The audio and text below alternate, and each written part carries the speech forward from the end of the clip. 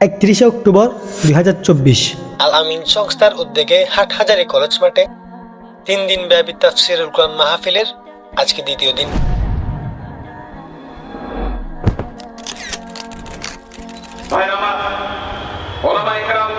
এটা হলো ওলামায়ে উম্মতের ঐতিহাসিক জিম্মাদারি।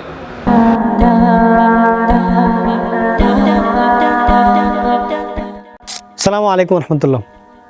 আপনি নসিহতের পাশাপাশি ভিন্ন দুইটি লক্ষ্য নিয়ে মাহফিলের উদ্দেশ্যে রওনা হলেন। আজকে আমাদের টার্গেট হলো আসুন্নাহ ফাউন্ডেশনের চেয়ারম্যান শেখ আহমদুল্লাহ সাহেব আর শেখুল হাদিস ইবনে শেখুল হাদিস হযরত মাওলানা মামুনুল হক সাহেবকে কাছ থেকে ফ্রেমবন্দি করা আর মাহফিলের কিছু দৃশ্য আপনাদের সাথে শেয়ার করা। আমরা যখন ওইখানে পৌঁছাই তখন 3টা সাড়ে 3টা বাজে। তো আমরা চিন্তা করলাম এখন তো শাইকাইন আসবে না, আমাদের উচিত আমরা দ্বিতীয় টার্গেটটা পূরণ করে নিই, কারণ ওই সময় স্টেজের একদম সামনে থাকতে হবে আর মাহফিল থেকে বের হওয়া অনেক কষ্টকর হয়ে যাবে।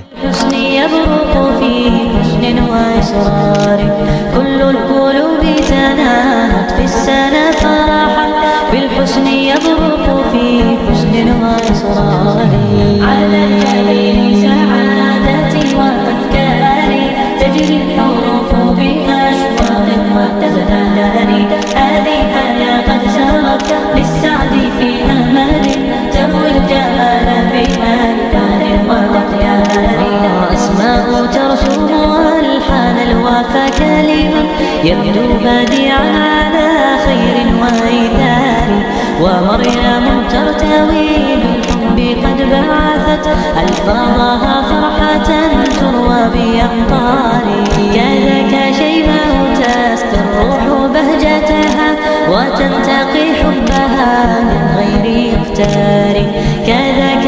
আমরা আসরের পর একদম স্টেজের সামনে গিয়ে বসলাম, বয়ান শুনতেছি।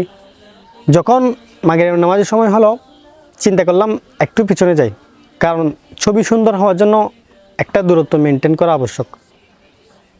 তো যখন আমি আমার জায়গা ছেড়ে দিয়ে একটু পিছাতে গেলাম, সবাই কাতারবন্দি হয়ে যার যার জায়গা দখল করে নিয়েছে।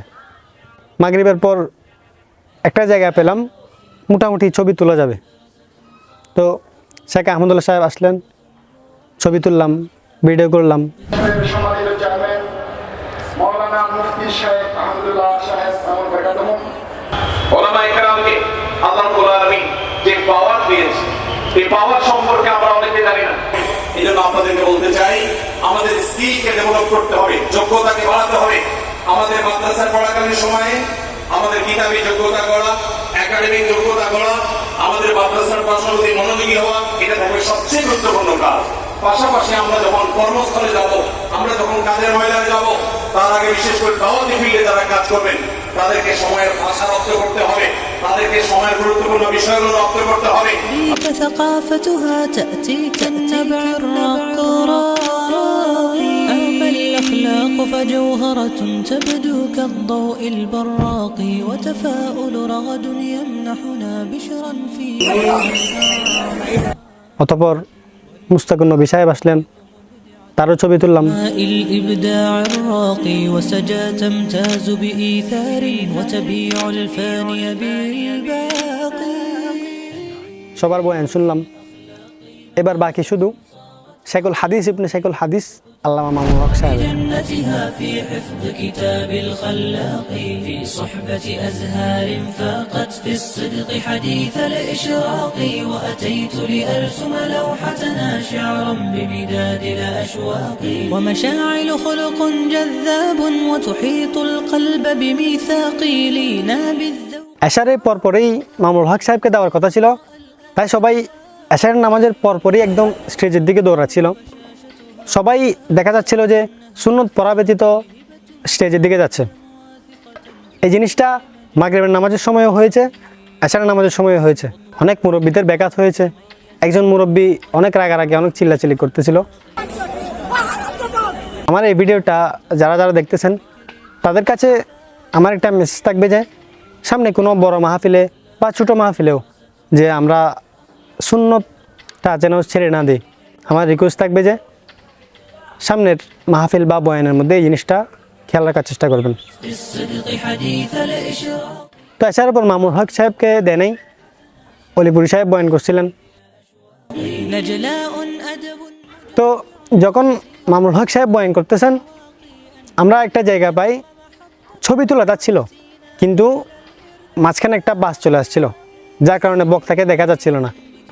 তো আমরা প্রায় চলেই যাচ্ছি, তখন আমার রুমমেট মাসুদের সাথে দেখা হয়। আলামিন সংস্থার স্টেজ পরিচালনা যারা করতেছিল তার মধ্যে থেকে একজন ছিল মাসুদের মামা।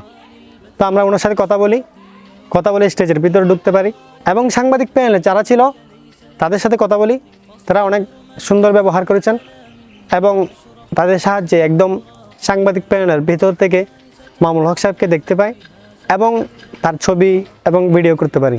يا رب معلمة تسعى للبذل بإشفاق يا رب وحقق غايتنا فبدونك ليس لنا واقي